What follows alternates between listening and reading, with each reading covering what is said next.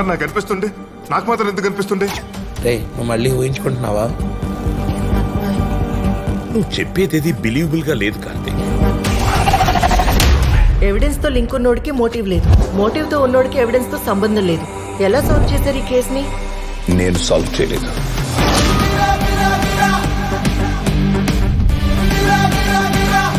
కాకపోతే చిన్న పని చేయాలి, కొంచెం రిస్క్ ఉంటుంది. చేద్దాం రా.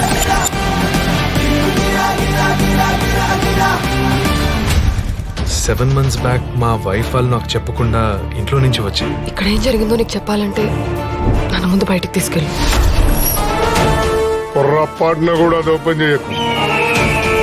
వాళ్ళింటికి ఎందుకు పోయినరా? ఆ టైంలో ఇంట్లో ఎందుకున్నావు? నిజాలే మాట్లాడుకుందాం అన్నా.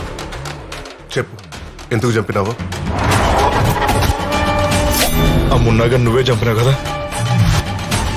ఏదో వాడి చంపినట్టు మాట్లాడతామైంది వేను. ఆ మర్డర్ కేసుల గురించి మాట్లాడడానికి వచ్చినా సార్.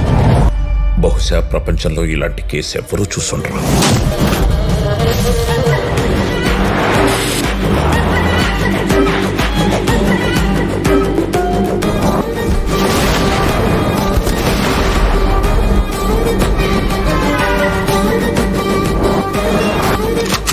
కొన్ని ప్రశ్నలకి మౌనమే సమాధానమవుతుంది.